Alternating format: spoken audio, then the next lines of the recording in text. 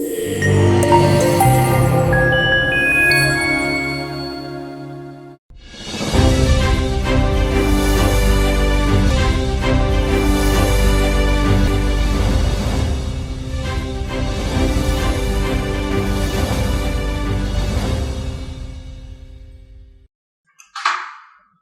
I come in, sir? Please.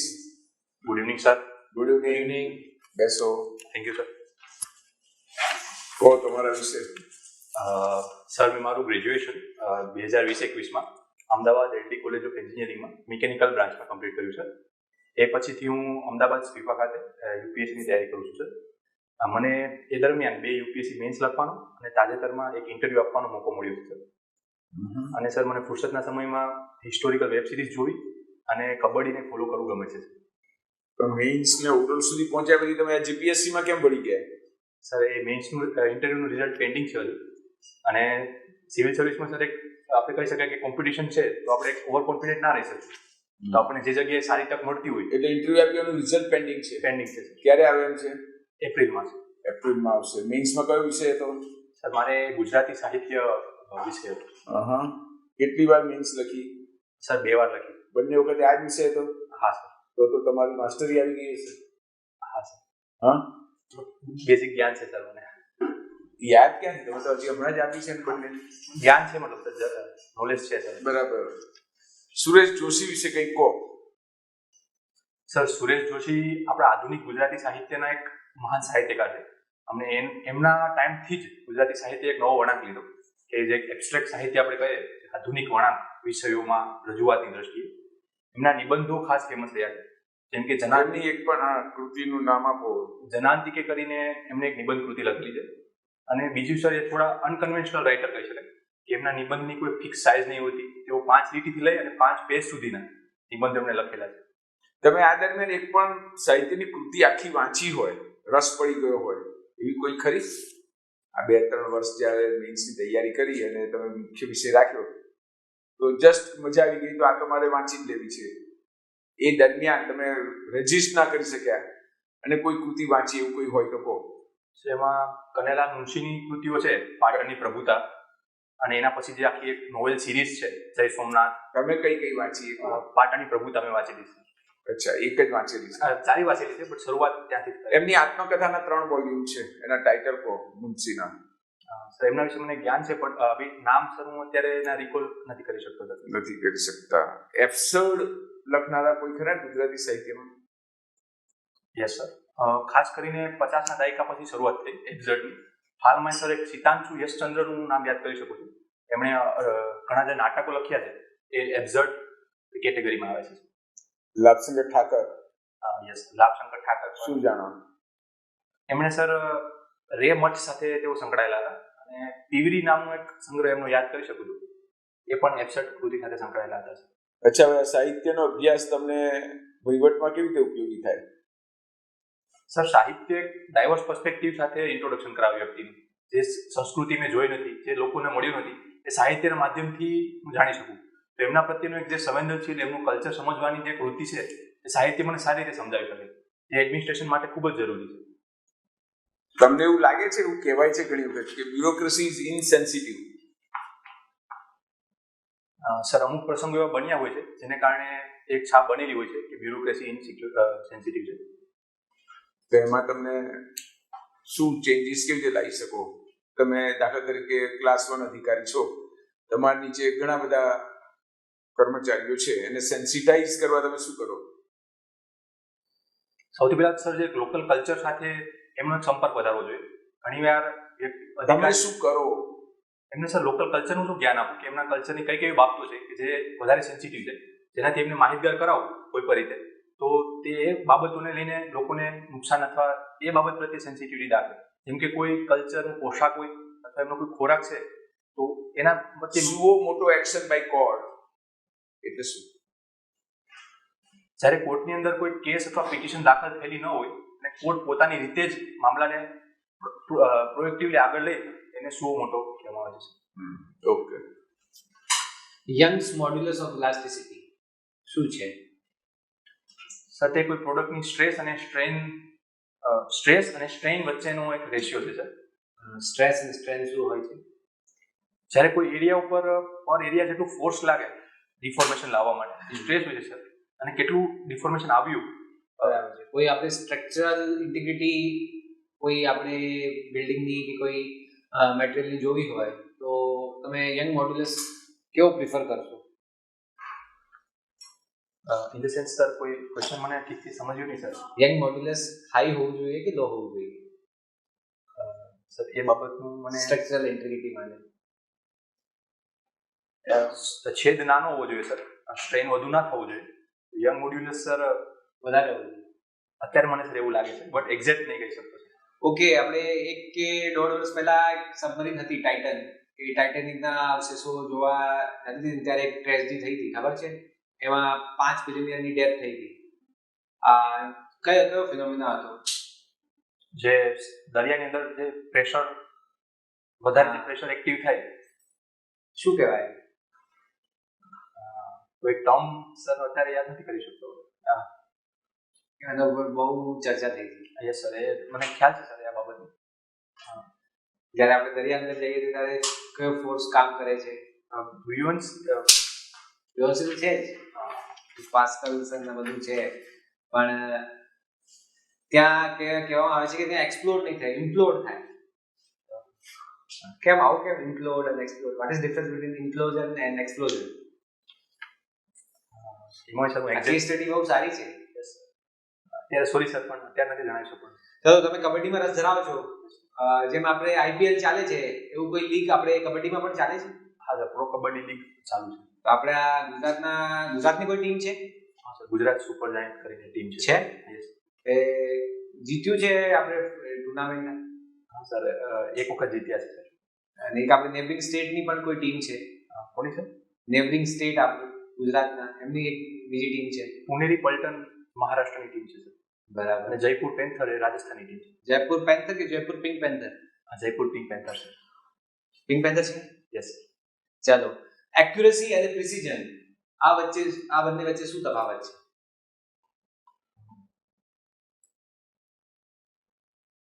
તો exact technical ટર્મમાં differentiate નથી વિચારી શકતો સર. ઓલમોસ્ટ સિમિલર ટર્મ મને લાગે છે, બટ ડિફરન્સ છે બંને વચ્ચે. ચલો, what do you understand by the term cooperative and competitive federalism? જ્યારે પ્રતિસ્પર્ધી અને સહચાર્યાત્મક સંઘવાદ. જ્યારે સ્ટેટ અથવા જે સેન્ટર છે એક સાથે કોઓપરેટિવ કરી અને આગળ વધે, જેમ કે નીતિ આયોગ છે, એમાં સ્ટેટ પણ પાર્ટિસિપેટ કરે છે અને બધા સેન્ટરનું પાર્ટિસિપેશન છે અને આગળ વધે, કોઓપરેટિવ ફેડરલિઝમ છે. પણ જ્યારે વિવિધ સ્ટેટ વચ્ચે એક હેલ્ધી કોમ્પિટિશન થાય, કોઈ ઇન્ડેક્સના માધ્યમથી અથવા કોઈ કોમ્પિટિશનના માધ્યમથી, તો એક કોમ્પિટિટિવ ફેડરલિઝમ થયું છે. How due process of law is different from procedure established by law? Due process of law, sir due process of law છે એ એક લાર્જર ટર્મ છે. એમાં પ્રોસિજર એસ્ટાબ્લિશ બાય લો તો આવી જ જાય છે કે લો કઈ રીતે પસાર થયો, એની પ્રોપર પ્રોસિજર ફોલો થઈ હતી કે નહીં. બટ ડ્યુ પ્રોસેસની અંદર એક આગળ સ્ટેપ જાય છે કે નેચરલ જસ્ટિસના સિદ્ધાંતોનું પાલન થયું છે કે નહીં. તો એક વાઇડર ટર્મ છે સર. નેચરલ જસ્ટિસના સિદ્ધાંત કોણે આપ્યા? સર એનો કોઈ ઓરિજિન મને ખ્યાલ નથી. છેલ્લો ક્વેશ્ચન, ટેક્સ એક્સપેન્ડિચર શું છે? તમે SC/ST બની ગયા છો, બરાબર, અને તમારે જે સિનિયર છે એ કહે છે કે ભાઈ આપણું ટેક્સ એક્સપેન્ડિચર બહુ વધારે છે, તો તમે એનું શું અર્થઘટન કરશો? સર, ટેક્સ કલેક્ટ કરવા માટે જે સ્ટ્રક્ચર બનાવેલું છે બ્યુરોક્રેસીનું, એની પાછળ જે ખર્ચ થાય છે સર. એટલું ઇઝી ડેફિનેશન હોય? સર, હું 2 કેસ બોલું છું. એક કેસ છે કે પાર્લામેન્ટ છે એ કોઈ ખરડો પસાર કરીને કાયદો બનાવે છે. એક કેસ છે કે જેમાં સુપ્રીમ કોર્ટ છે એ કોઈ કાયદાનું કોઈ એકાદ સેક્શન છે એને કેન્સલ કરી દે છે. તો આ બંનેમાંથી કયું ડ્યુ પ્રોસેસ ઓફ લો થયું અને કયું પ્રોસિજર એસ્ટાબ્લિશ બાય ધ લો થયું? સર, પહેલો કેસ જે થયો, પાર્લામેન્ટ પ્રોપર પ્રોસિજર ફોલો કરી અને કેસ આગળ બિલ બનાવી દે છે, એ પ્રોસિજર એસ્ટાબ્લિશ બાય એક્ટ બનાવે, જે પ્રોસિજર એસ્ટાબ્લિશ બાય લો થયું. અને સુપ્રીમ કોર્ટ જ્યારે તેમાંથી કોઈ પાર્ટને રદ કરે, એ ડ્યુ પ્રોસેસ ઓફ લો થયું છે. તો આ ડ્યુ પ્રોસેસ ઓફ લો છે એ ઇન્ડિયામાં હાલમાં કેટલું પ્રિવેલન્ટ છે? સર, આપણું જે કોન્સ્ટિટ્યુશનમાં જે આર્ટિકલ છે તેનું આગળ જતા original mention procedure establish by law લખેલું છે, પણ supreme court due process of લોથી જ ઇન્ટરપ્રિટ કરે છે લો. ઓકે, તો એના માટે બીજા કયા કયા ટૂલ સુપ્રીમ કોર્ટની પાસે અવેલેબલ હોય છે, જ્યુડિશિયલ ટૂલ્સ? સર એક તો પીઆઈએલના માધ્યમથી કરે છે, ત્યારબાદ જે નોર્મલ પિટિશન અથવા કોન્સ્ટિટ્યુશનલ કોઈ બેન્ચનું નિર્માણ કરી છે, અલગથી કોઈ મોટો મુદ્દો હોય તો આ બે ખ્યાલ છે સર. જ્યુડિશિયરીની પેન્ડન્સીનું કારણ શું છે? સર ઘણા બધા કારણ કહી શકાય. એક તો જે લેવલથી ક્લિયરન્સ રેટ જે સ્પીડે થવો જોઈએ એના કરતાં કેસ વધુ દાખલ થઈ રહ્યા છે. પ્રોપર ઇન્ફ્રાસ્ટ્રક્ચર નથી, અથવા જે આપણે અંડર ટ્રાયલ કહી શકાય તે કેસો લાંબા સમય સુધી ચાલ્યા કરે છે. તો ઇન્ફ્રાસ્ટ્રક્ચર ના હોવું, હ્યુમન રિસોર્સ પૂરા ના હોવા, જેમ કે હાઈકોર્ટમાં છે તો ઘણી જગ્યાઓ ખાલી રહી છે. કઈ જગ્યાઓ, કોની જગ્યાઓ ખાલી છે? જજની પણ, અને જે એડમિનિસ્ટ્રેટિવ સ્ટાફ હોય જે જ્યુડિશિયરી સિવાયનું કામ કરતો હોય છે એમાં પણ અંડર સ્ટાફ. કોઈ ડેટા સાથે બેક કરી શકો? સર મેં ડેટા વાંચેલો છે, બટ મને એક્ઝેક્ટ નંબર ખ્યાલ નથી. નીતિ આયોગ રીતનો જ કોઈ ડેટા છે, આઈ થિંક 500-600 જેવા જજ હાઈકોર્ટમાં ખાલી છે સર. એક્ઝેક્ટ આંકડો ખ્યાલ નથી. આપણે ગુજરાત હાઈકોર્ટમાં જજીસની સંખ્યા કેટલી છે, સેન્ક્શન સંખ્યા કેટલી છે, અને હાલમાં કેટલા ફિલ્ડ છે? સર મને એનું ખ્યાલ નથી મને અત્યારે. આજની તારીખે ગુજરાત હાઈકોર્ટમાં ચીફ જસ્ટિસ તરીકે કોણ ફરજ નિભાવે છે આજના દિવસે? સોરી સર, એનું મને ખ્યાલ નથી. જનરલી સામાન્યતઃ કોણ છે આપણા ચીફ જસ્ટિસ ઓફ ગુજરાત? લાસ્ટમાં સર રંજનાબેન નો ખ્યાલ હતો સર, બટ પછી મને અપડેટ ખ્યાલ નથી. રંજનાબેન નામના કોઈ લોર્ડશિપ ક્યારે આવેલા ગુજરાત હાઈકોર્ટમાં? સોરી સર, તો એ બાબત મારે જોવી પડશે sir. Okay, fine. Chronic capitalism ખ્યાલ છે? જ્યારે નોર્મલ કેપિટલિઝમની અંદર એક કોમ્પિટિશનનો માહોલ હોય, એમાં હેલ્ધી પ્રોપર રેગ્યુલેશન સાથે કોમ્પિટિશન થતી હોય. જ્યારે ક્રોનિક કેપિટલિઝમની અંદર કોઈ પર્ટિક્યુલર વ્યક્તિ અથવા સંસ્થા અનડ્યુ બેનિફિટ લે, પોતાનું જે આપણે બે ઇન્ફ્લુઅન્સ કરીને પોલિસી, તો એક ક્રોનિક કેપિટલિઝમ થયું છે. ઇન્ડિયામાં કઈ એવું જોવા મળ્યું છે? સર અમુક જગ્યાએ જોવા મળે છે, બટ પર્ટિક્યુલર કોઈ એક્ઝામ્પલ સાથે મને ખ્યાલ નથી. પણ ઘણી વાર એવું જોવા મળતું હોય છે કે જે ગવર્મેન્ટને બેક કરતા હોય તો રોડ કોન્ટ્રાક્ટ મળવા, એ બાબતોમાં અમુક અંશે જોવા મળતું હોય છે. આ મુદ્દો હાલમાં ચર્ચામાં છે, શા માટે? વૈશ્વિક સ્તર ઉપર કોઈ એવી ઘટના ઘટી હોય કે જેના લીધે આ મુદ્દો ચર્ચામાં હોય? સર અમેરિકા રિલેટેડ તમે એમાંથી જો જે ઇલોન મસ્ક જે એક્ઝામ્પલ છે એમાં એવું અત્યારે લાગે છે કે પ્રેસિડેન્ટ સાથે તેમના નજીકના રિલેશનને કારણે એમને અનડ્યુ બેનિફિટ મળી શકે. તમારી કોઈ પણ 2 કે 3 નેગેટિવ એસ્પેક્ટ્સ બતાવો તમારી પર્સનાલિટીની, સેલ્ફ એસેસમેન્ટ કરીને. અત્યારે જેમ કે થોડી શર્મા પ્રકૃતિ ખરી સર મારી, કે ઘણા ઓપોઝિટ જેન્ડર સાથે ઘણીવાર હું ખુલીને કોન્ફિડન્સ સાથે ઓછી વાત કરી શકું છું. ઓકે. અને સર બીજું લેંગ્વેજ શીખવાની બાબતમાં સર હું ઘણીવાર યુપીએસસીમાં પણ મારે એક્સપિરિયન્સ થયો છે કે ફૂલી ઇંગ્લિશમાં હજી એટલું કન્વર્ઝેશન નહીં કરી શકતો. આ બે સર અત્યારે હું વિચારી શકું છું. લેંગ્વેજ તો ક્યાં એવી કોઈ નેગેટિવ એસ્પેક્ટ્સ નથી ને? જો તમે ગુજરાતી બોલતા હોય, ગુજરાતીમાં વાત ન કરી શકતા હો તો એ સમજી શકાય. એ સિવાય કોઈ ધ્યાનમાં આવતું નહીં? Okay sir. અત્યારે ટેકનોલોજી ડ્રીવન એડમિનિસ્ટ્રેશન થઈ ગયું છે. કોઈ મુશ્કેલીઓ અનુભવાય છે ગુજરાતના સંદર્ભમાં, તમને લાગે છે? ઇમ્પ્લિમેન્ટેશનમાં સર કે ખાસ ઇમ્પ્લિમેન્ટેશનમાં જ ને લોકોને, કારણ કે આખરે લોકોને બધો ઉપયોગ કરવાનો છે અને બધું ટેકનોલોજી ડ્રીવન થઈ ગયું. તમે હેલ્પલાઇન કરો તો એ કરો, ને પોર્ટલ પર જાઓ તો આમ કરો, ને બધામાં. તો પ્રજા તરીકે તમને લાગે છે કે લોકો મુશ્કેલી અનુભવે છે કે બધું બરાબર ચાલે છે? ને હા સર, અમુક એંગલ છે જેમ કે ડીબીટી ને એવા એંગલ છે જે ટેકનોલોજીના, એ ખૂબ સારી રીતે કામ કરી રહ્યા છે. પણ અમુક જગ્યાએ કોઈ ખેડૂત અથવા કોઈ નિરક્ષર વ્યક્તિ હોય અથવા છેવાડા વ્યક્તિ હોય તો તેમને કોઈ પોર્ટલમાંથી રજીસ્ટર કરવું અથવા ભાષાનું જ્ઞાન ન હોવું, માત્ર ઇંગ્લિશ હોવાથી આવા સમસ્યાઓ સર ઊભી થાય છે. તમે કોઈ આવું પોર્ટલનો ઉપયોગ કર્યો છે ક્યારેય? સર મેં ડિજિટલ ગુજરાતનો ઉપયોગ કરેલો છે સ્કોલરશિપ ના ફોર્મ ભરવા માટે, અને એ સિવાય જે એક્ઝામ્સની ફોર્મ ભરતા હોય એનું કરેલું છે. તમે પ્રિલિમ પાસ કરી તો કે આપણે આનંદીબેનની યોજના મુજબ તમને 25,000 મળી ગયા?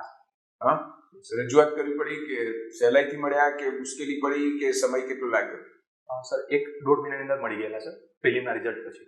અચ્છા, અને એમાં તમારી રજૂઆત કરવી પડી કે એમને જ થઈ ગયું? ના સર, થઈ ગયું. એટલે તમારે કશું કરવું નથી પડ્યું? ઓનલાઈન ફોર્મ ફિલ કરેલું સર. અચ્છા, એ સિવાય કંઈ કરવું નથી પડ્યું? ના sir. Fine, okay, thank you. Thank you sir.